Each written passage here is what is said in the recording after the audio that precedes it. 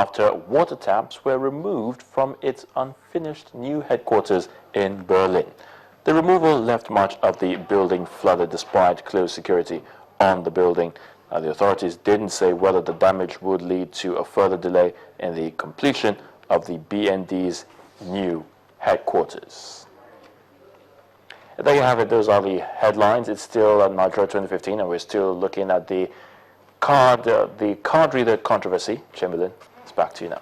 Well, thank you, Ayo. And yes, indeed, as a matter of fact, in Ogun State, that's also a challenge. You do remember that they had a very low figure before the elections were scheduled. Our correspondent, Henry Ogujimi, is there, and he's going to tell us what is the situation with the distribution and collection of the PVCs now, Henry? Thank you, Chamberlain.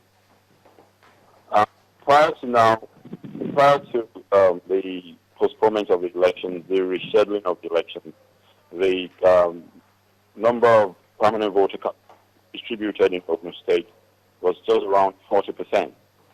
But the window given by the rescheduling kind of ups this number a bit. A source in INEC told us some two days ago that the number is now at about 50 to 60%. This is unconfirmed at the moment, but during the campaigns, a lot of political parties have been about sensitizing the people on the need to go out and get the PVCs, and at the same time, do not sell these PVCs to party members who are out there, to get these PVCs from the electorate. Have any issue with security? No, not at all. Ogun is still calm, peaceful, and every political party going about their business. Sometimes their paths even cross at different local governments. Each political party going about either a campaign. Some of them, more into awareness, raising of awareness on the need, to get this PVC. Before now, the incumbent governor hinted at plans to declare a public holiday when the rest of the PVC gets to be brought by INEC to the state. I eventually brought. But sources also in INEC, who doesn't want to be named, said that the PVCs are expected today because they are yet to arrive. And the source also said that these PVCs are likely to come in over the weekend and by Monday. And there's every possibility that the March 8th deadline will be shifted in the state for the distribution and collection of PVC. Okay, interesting. Thank you, Henry. Thank you very much. All right, now let's get back to this. I mean, the question of the card readers.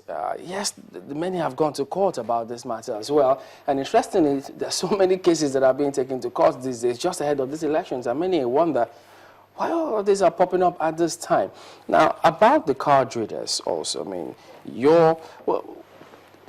also, because in language, those are the political parties who did say, look, we just don't want these card readers to hold. I know that your party has spoken up about this, saying, look, they don't understand why all of this is even coming up in the first place. But are you surprised that their agitation is, they are strong and they're resolved and committed to saying, look, we don't want these card readers? Does it make any sense to you?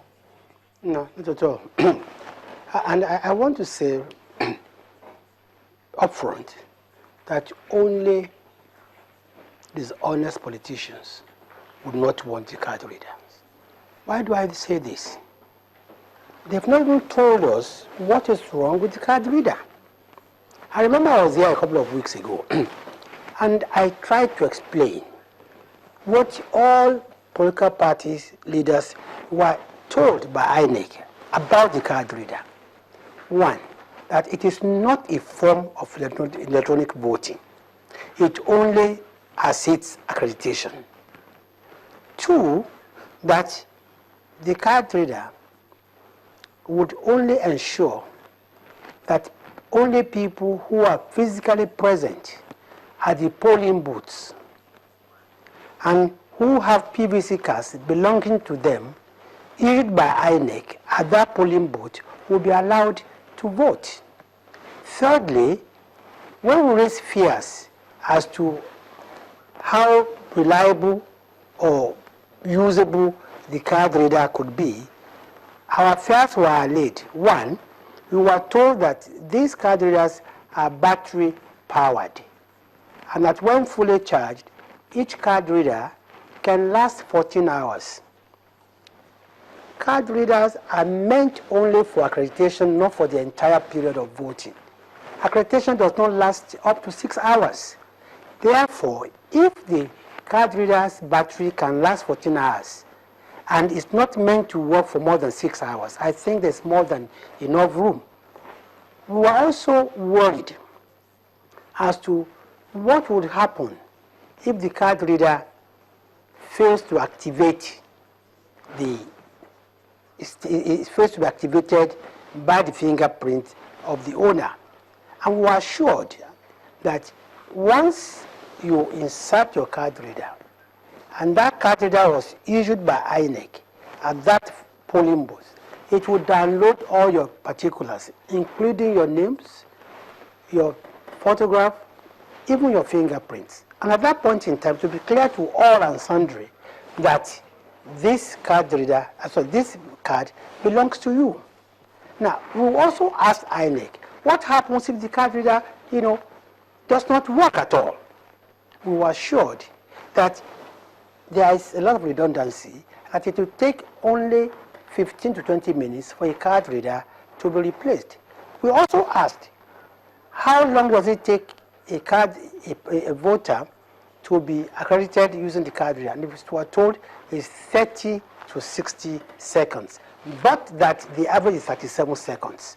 Now, when we all registered in 2011, all our biometrics, that is our fingerprints, were taken along with our registration. And we all thought in 2011 that our voting would be biometric. In other words, we will use our fingerprints also. And it was this clamor, according to INEC, that propelled them to produce permanent voters' cards for everybody. And with the permanent voters' card came the card reader. The card reader simply authenticates and ensures that no one person is accredited more than once. Okay, let me quickly jump in and ask Odenta. Yes, political parties met with INEC. We understand INEC also explained to parties, and still are, about the functionality. In fact, they'll be doing more testing this weekend, they tell us, about the card readers. What is your grounds, or your party's grounds, about use of card readers for elections? Before I weigh into that, let me just say that my friend Lai Mohammed's take on the tenure of Jaga is completely untenable. No president goes in the streets of his country, asking for somebody to be nominated as the chairman of INEC. It takes due process. The president said in Paris, France, I will short line of INEC I'm going to appoint. And that's why I say I'm proud that the president chose somebody then who is independent-minded and who has demonstrated that independence of INEC, even when we have critical issues, again, it's institutional failures. Therefore, I stand by that call that the president has demonstrated that his love for democracy, free and fair elections. For the first time, INEC has that robust appeal and the really issues with INEC that are very critical and germane to the conduct of elections. Secondly, to the card readers, you see when there's a pattern in terms of elections operations.